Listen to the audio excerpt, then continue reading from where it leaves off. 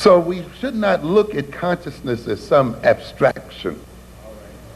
As I often tell people, the most practical thing you can have is a good theory, is a good concept to guide your behavior, to be used as an instrument to measure reality, as an instrument to test reality.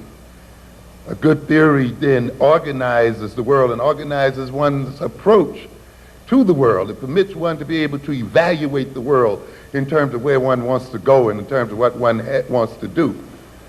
To be without theory then is to approach the world on an ad hoc basis, just to meet it here and there and to not approach it in a systematic form.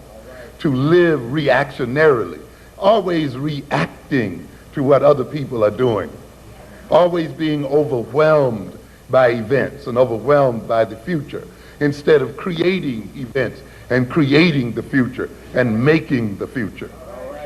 See, when one has then a good theory and a good concept, one is able to do that. Consciousness, without human consciousness, there is no world.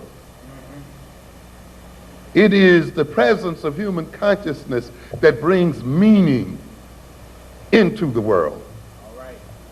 Without human beings in this world, conscious human beings in this world, in effect, there would not be a world.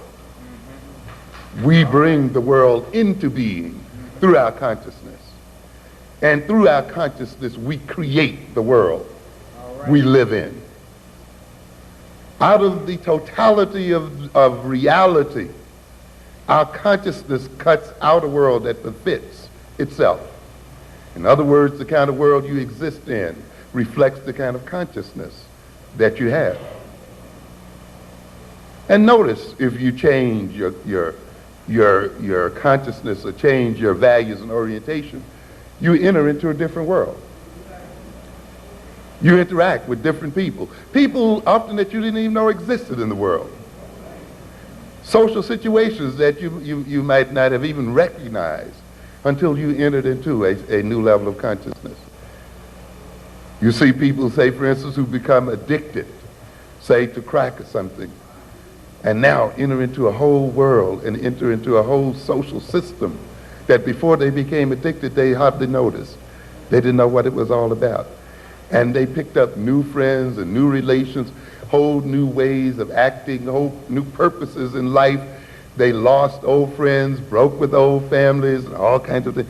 In other words, the consciousness, that addictive consciousness, brought into the world a new foreground and put other things into the background. Therefore, man's consciousness is a creative act. And the kind of consciousness you have will determine the kind of world you create. And consequently, when you look at the world that we live in, African people, we must recognize to a great extent it is a world of our own creation. It is a world that has been generated by the type of consciousness we've been permitted to be instilled in us as a people. As I told you earlier today on the radio, we talk about the white man as having power. And I want you to recognize that power ultimately has to do with a relationship between people. And that the white man's so-called power is to a great extent based upon the nature of the relationship he has with the black man. We empower him by the nature of our own behavior and attitudes as a people.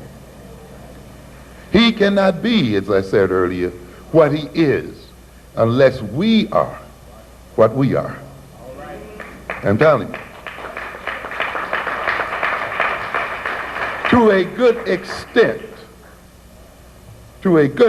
the European is our creation. Yes. If we look at our behavior, we will see that to a good extent it is our behavior, our values, our consciousness, the kind of personalities we've established in ourselves, our tastes, our desires and needs that maintains the European in this position. We talk about the civil rights movement and the apartheid system of the South. When blacks decided just to get out of the buses and walk, the system changed. Yeah. When they just stopped sitting behind the white driver, just changing that relationship, changed the nature of power in that system.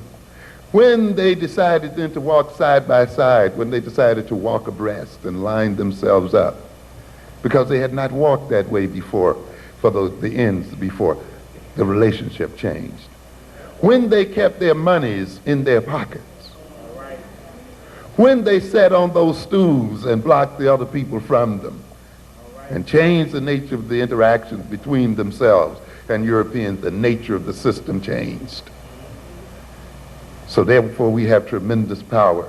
It depends upon how we align ourselves as a people and how we decide to relate to other people in the world, because they cannot have what they have unless we are who we are. And that is why we don't have to spend a great deal of time always appealing to them and analyzing them, because we can better appeal to our own sense of self and our own consciousness. And we waste a lot of time trying to transform them, when through transforming ourselves, they will be transformed automatically.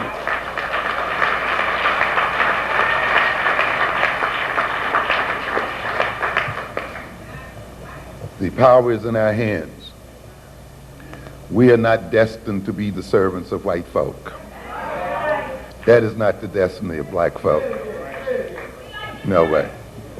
And we have to change this idea, because many of us are still operating on that concept. As I said this morning, many of us go to these schools to become what? Qualified. To work for whom? For them. Why do we assume that they're going to have the jobs for us? Yes. These people are having difficulty making jobs for themselves.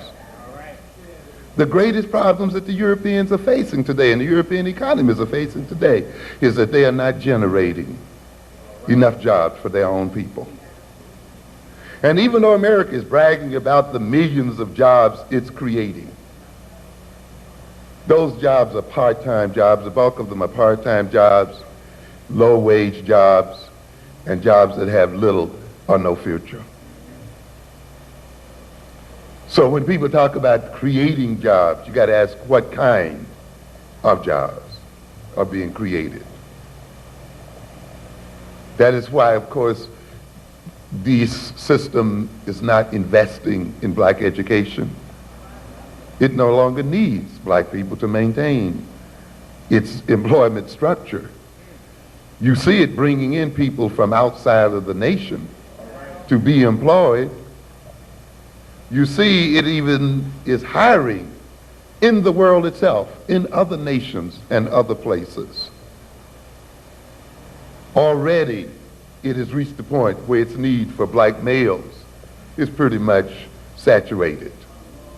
And it literally then is warehousing us in the jails and prisons and provoking us to kill each other and to destroy each other out here in these streets.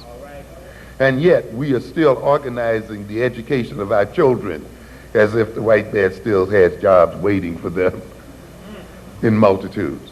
How different our education would be if we sent our children to school to create jobs for themselves.